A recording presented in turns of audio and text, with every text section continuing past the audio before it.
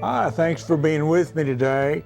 You know, we talk a lot about helping the needy and helping the disadvantaged and inspiring you to reach out and help other people. Today I've got with me the head of an organization that is really doing incredible work in a sector of our human life that is oftentimes overlooked but is really critical to your lifelong accomplishments, and that's the ages 0 to 4. I'm talking with Van Sheets today with Educational First Steps, which has been doing fantastic work for now, Thank you. 27 years, right? 27, 28 years, yeah. Yeah, so you're just getting up to speed and starting your first year with the sir. organization and really excited about all the possibilities, right? Well, I am. I had been on the board of EFS when I was in my business career and then ended up now as executive director. And I had seen it and appreciated and respected it as a board member and a community member, but it's amazing to see the inside,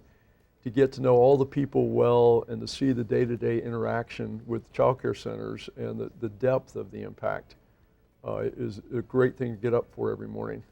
Yeah, well, and that's really what's important, is looking forward to every day, doing the Lord's work, making the world a little better place. And you're certainly doing that with Educational First Steps.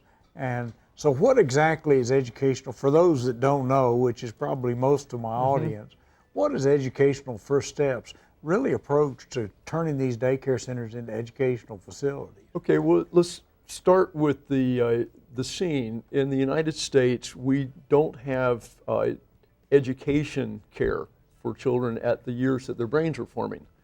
We've got daycare, which is babysitting and sometimes a little better than that. Or for kids of privilege and a few others, we have true early learning. It gets them ready for kindergarten. We're the only country in the OECD group of developed nations that doesn't do this universally for all our children. The problem is greater among lower income children because the families don't have the access to the resources for high quality early learning to get ready for kindergarten, often live in neighborhoods where it's not accessible, and have constraints with transportation and jobs and so on that make it hard to get. So what we do is partner with child care centers in lower income areas to help them raise their quality so that their children get the best possible care that any child in the U.S. can get.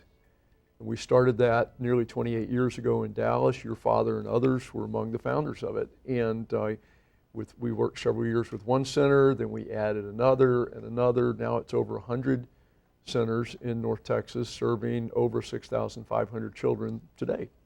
Which is just fantastic and a tremendous success and a relatively unknown success.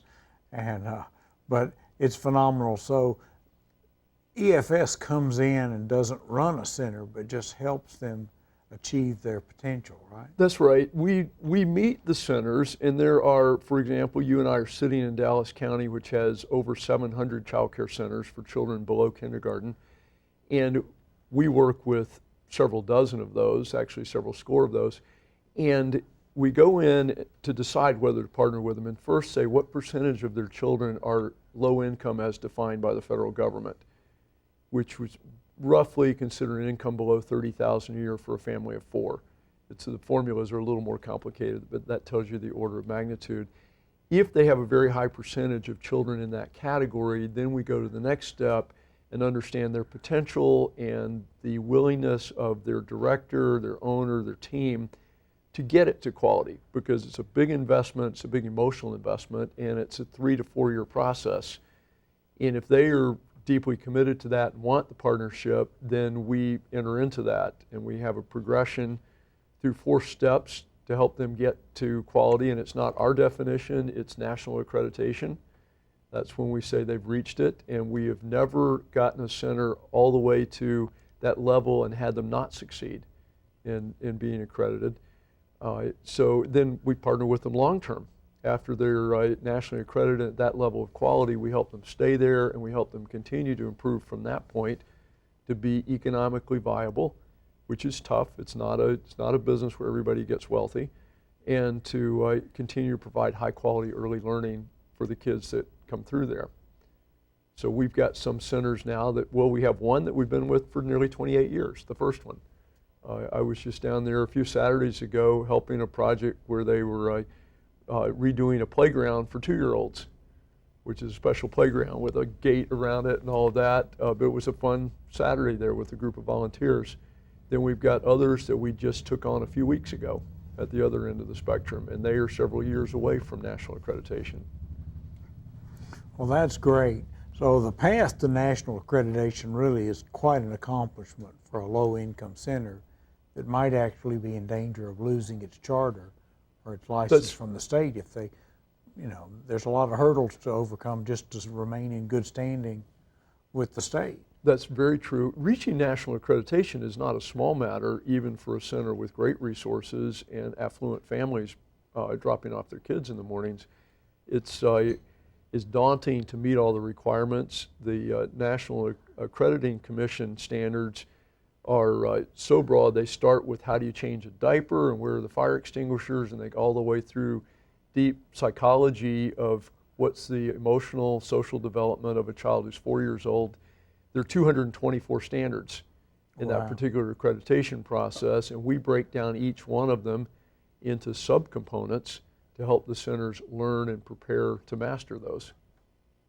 Well, that's quite an accomplishment and really incredible. And because it's been going so long, you've really got a track record of tremendous success. I mean, you wouldn't think, some people might say, well, you're working with a child for a couple of years in early life. Maybe that doesn't make a difference, but like you said, that's when the brain is developing, that's when all the learning potential is being achieved. Mm-hmm. Well, 95% of brain development happens before kindergarten. And it's as human beings acquire language skills, the neurons and synapses are forming. So it's absolutely a critical time. And it's when social emotional skills are developed, how we relate to other people, and that will affect everything through the rest of the school years and how a child grows up relating to other kids and whether they sit in a corner alone or they play actively on teams, and whether they're aggressive or they manage their emotions. And then I guess we'd say how we do growing up through elementary school and high school affects the rest of our lives. So it's very foundational. Yeah, well, and that's one of the reasons I'm so excited about it. Of course, I've seen it ever since I was a younger man coming along, and but it really does transform lives for the rest of their lives, and it's such a low cost per kid. We'd love for you to reach out and support them. They desperately need more funds. They're only limited by funds. There's so much opportunity for the organization to grow to many times its current size, but it never wants to take on a center that it can't sustain through the whole process, right? Well, we want to know when we take them on, it's a permanent commitment. We're saying we're going to be with you through thick and thin, and it's a hard emotional journey for all the people involved in the center to go through the ups and downs of reaching national accreditation. It's quite a path, and then we're with them after that. So yes, each time we take one on, we're making a permanent commitment to fund that from now on. And this doesn't cost the centers anything at all, right? That's right. Except their time and effort? That's right. It's great effort on their part, but the money comes from us. The staff that we place in the center to mentor them is entirely at our expense. So you've got staff that travel to the centers to work with them every week? Yes. Trained staff and management? We have a large team of trained mentors that we call specialists who go to the centers. Each of them has a great background. Many of them have master's degrees in early childhood and early learning. Almost all of them have run child care centers. Some of them have seen child care centers in other states where the regulations and practices are different, so they bring that outside perspective. It's a deep background that they bring to it, so they have lived where the directors and teachers are that they're working with and relate to them on a deep level. Well, and I think one of the things that really speaks well about educational first steps is that you have a waiting list of centers wanting to come on board and a waiting list of people who want to be specialists. That's right. Because it's a really great place to work and does such great work for the centers, and the word is out among centers that this is really a pathway to real success. That's absolutely true, and I feel spoiled in a way. I just arrived a few months ago, as you mentioned, from a different career, and I feel like my predecessor and his predecessor and all the people who came before us and the team who have been here for years before me have built something amazing, and I arrived to be part of the team that increases the impact going forward and builds on that great foundation. Well, that is a blessing. And you know, like we talked earlier, this is still, Educational First Steps is still really an unknown treasure in the Dallas area that is making such a difference in these young children's lives. And you know, I can remember when it was just a few hundred kids in the program, or 100 kids. Now it's 6,500, and the room to go is 30 or 50,000. So check it out, get involved, come to the fall banquet that we're going to have, and there's just really great things happening, and this is transformational. I mean, this breaks all the chains that hold the low-income person down.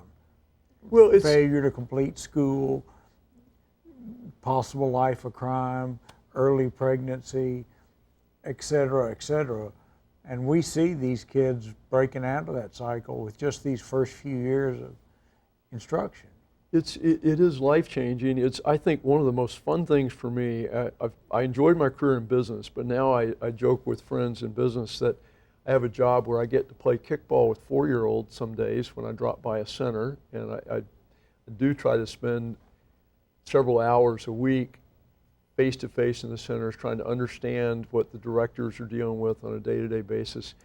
And that's gratifying, but maybe it's more gratifying to think about what comes later in their lives. For example, I was in a center recently talking to the director, and I said, tell me about your alumni. We don't think of children who left for kindergarten as being alumni sometimes, but she does. And she was describing, telling the stories where some of them had been, and she mentioned one, a woman who was a little girl there, and I saw her picture actually, they pulled out and showed me, who is now a medical doctor. Which is today, phenomenal. and who came from this neighborhood that's not the nicest neighborhood in Dallas, and who herself says, this is what enabled me to do what I've done, that I had this special opportunity when I was 2 and 3 and 4 years old, and it prepared me for school, which prepared me for more school, and now she's an MD making her own contributions to the world. That's what we're working for. And that's phenomenal. Not every kid's going to achieve that high potential, but if they don't have this early childhood education, they're almost certain not to achieve that accomplishment because their brain just won't be formed to learn. They won't have the skills and the innate ability to achieve. Well, I'd like to think that all of them are going to fulfill their potential and have better lives as contributors to society, as mothers and fathers themselves. And every time I see one of the little children, I try to imagine them as an adult and what kind of life they may have with a family and a community and their church and their friends and what they do, and who knows what the ripple effect can be. Yeah, well, it's phenomenal. So in case you just tuned in, Educational First Steps is a fantastic charity that's converting low-income daycare centers into educational institutions for children ages 0 to 4 in the critical time where the brain is forming and the neural pathways are developing. And we're just having a great conversation about this. I'm very passionate about it, and I hope you'll become passionate about it as well. It really is the solution to many of the ills that our country faces. And so we're just so happy to have the next generation of leadership on board. Thank you. And it's really exciting to see. And you know, my father worked in many different areas helping the needy, and he really came to realize how critical this early childhood period was and really put his focus on that, and it's been great to see it grow. And well, you know, I'd like to make a shout out for your father. I talk to him frequently, and one of my first conversations with him, I said, why did you choose this as a passion in your life? Because he's been doing this for over 3 decades. And he said it's not complicated to understand. If we're affecting children when their brains are forming, what else could be more impactful for that than that? And that's a simple way to say it. Yeah. We're touching them at absolutely the most crucial moment, and there are few places that we can address social challenges at the root. And this is one of them. There are plenty of places we can put Band-Aids on our problems as a society, but here we can address issues at the root and give people a better life. Well, one of the things I'm involved with is helping older kids, teenagers, with the Dallas Champions Academy, which is a day camp for low-income and disadvantaged kids that meets every summer for a week and really helps break them out of their cycle. But how much better would it be if all those kids had been through the educational first steps format in early childhood and really been in a much more advanced state of development? Well, I think that's true. Another thing I observe about this, David, is the child care centers themselves are important institutions in their neighborhoods. Sometimes they're the only law-abiding, decent business in those communities. They are absolutely anchors. That's right.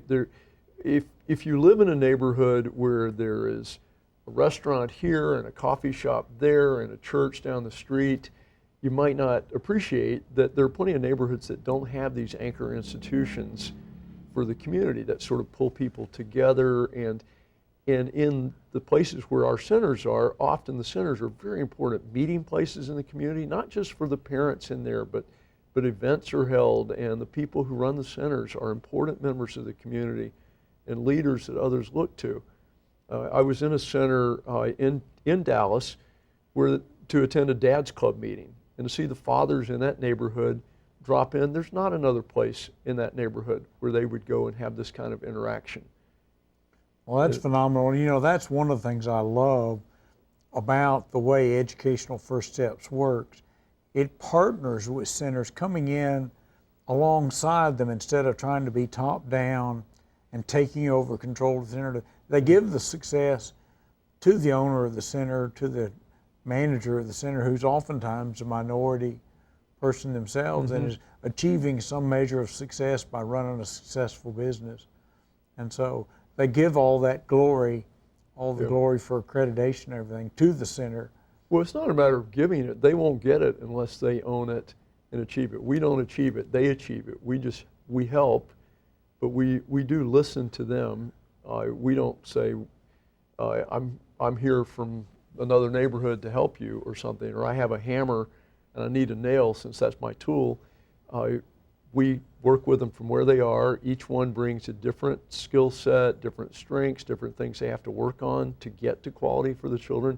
We meet them where they are and with the expertise of our staff and help each one in a unique way. We customize for each one in a sense within the standards, the 224 steps they have to go through.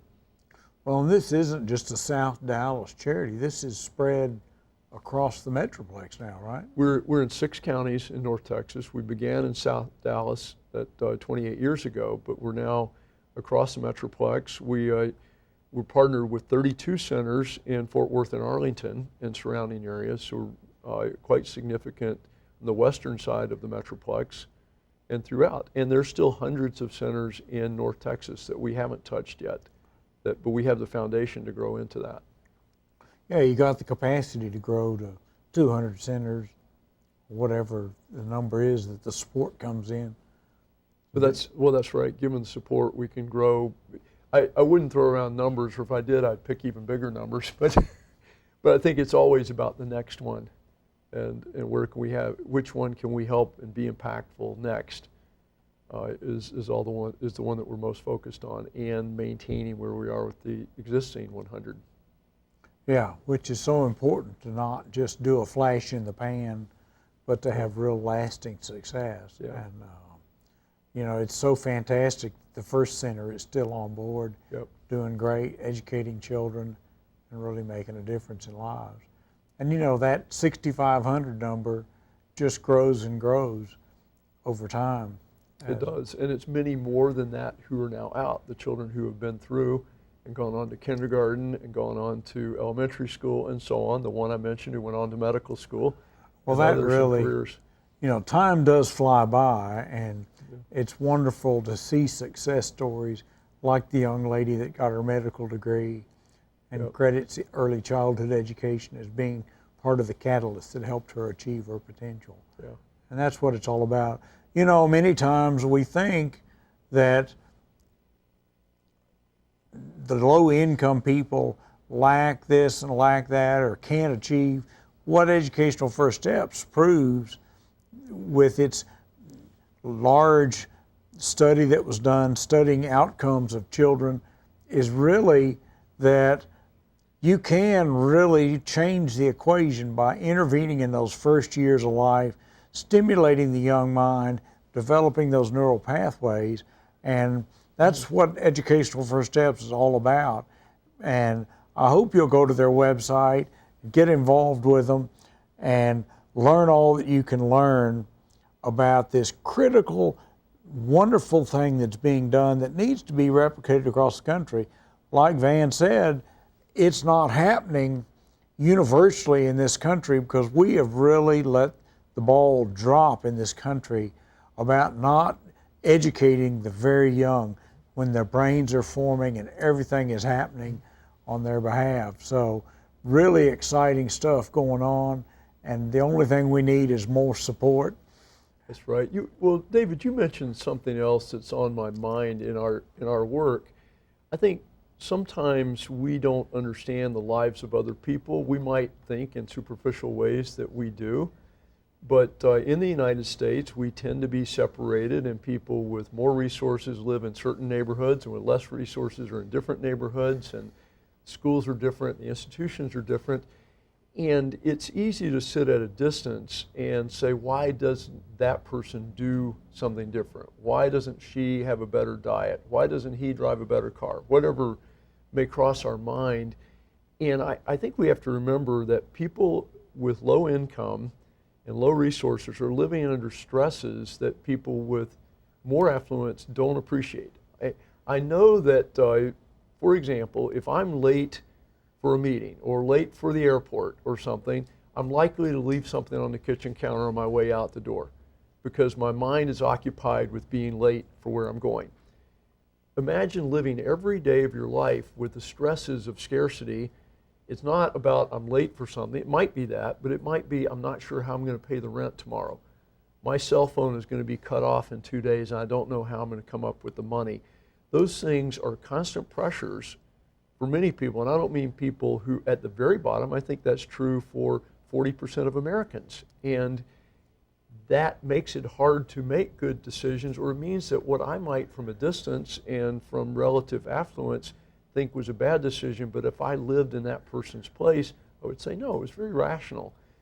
And I think that we have to appreciate that when we seek to serve. That's why EFS, when we partner with a center, we take the lead from them. They're the ones who know their situation. They know the lives of the families and children that they're serving. And we have to respect and learn from that and not presume that we have the answers. We have some great tools, and they can help draw on those tools. And we can commit to stick with them. But we can never presume that we live their lives or that what works for us works for them. Yeah. Well, I think coming in as a servant helper instead of coming in with a superior attitude and thinking, I know how everything works, but if you've had good fortune in your life, like you said, you really don't appreciate what it's like to not know how you're going to pay the rent. Right. And you have to make hard choices, and many times the low-income family chooses a daycare center not based on educational quality, but based on proximity, maybe somewhat on price. But so. Or doesn't choose daycare because they chose to keep the lights on or whatever. It's very expensive for people whose income is $25,000, $30,000, several thousand a year for one child in child care is a lot of money. And what if they have two children who are below kindergarten age or three? It's a huge percentage of their income in that situation. And there are government subsidies available, in a sense, scholarships for children. There's even a federal law that says that for incomes below a certain level, those have to be provided. but the budget only covers about the government budget only covers about 11% of the children who are eligible. So that's one of the things that you can do is reach out to your elected official and say, let's really put some more money behind these low-income scholarships. And especially one of the problems with the state scholarships here in Texas is they don't pay enough money for the first couple of years of life to really properly reimburse the daycare center for the higher cost of dealing with the very new. We're really excited about working with the newborns, right? I mean, Yes, you've got a structured curriculum starting at birth, right? we do. Yes, one of the standards is how to change a diaper. Well, That we help train the teachers. If a teacher hasn't had a child and is working in one of these centers, that's one of the lessons. and what kind of things do you do with a newborn to stimulate the mind? What are some of the exercises? We should have brought in one of our psychologists instead of me. Well, for that one, but maybe we need to have one on another time. well, there are best practices for that, and that's why we have these trained mentors who've studied that. And but there's certainly many things to stimulate the mind, and of course there are studies that show that from the first moments of life, that a child is absorbing what's going on around them in ways that a few decades ago we didn't imagine was the case. And so the stimulation needs to start immediately. But your stimulation is largely non-electronic, right? It's using manipulative toys and books. Yes, yes. So one of the things that so many people fall into is giving the kid the phone to play with, or the iPad, or another electronic device, which doesn't really stimulate the mind, but only stimulates the visual cortex part of the brain and doesn't stimulate that learning like reading to the child or letting the child play with toys that it has to figure out. And so that's one of the lessons I've learned in my few visits to the centers. Yes. Well, that's right. And human interaction is the number one thing that the child needs, because they're learning how to relate to someone. They're learning that someone, on a deep level, that someone cares about them. You mentioned reading. It's been studied, and reading, of course, and acquisition of language relates closely to brain formation. You hear more words and more complex sentence structures and so forth. It affects how the brain develops biologically. And children of privilege in the United States have heard 30 million more words by kindergarten than underprivileged children. And that's something we're trying to change with our work. Well, you all are doing great work, and we sure appreciate you being with us today. Please share the good news and have a great day.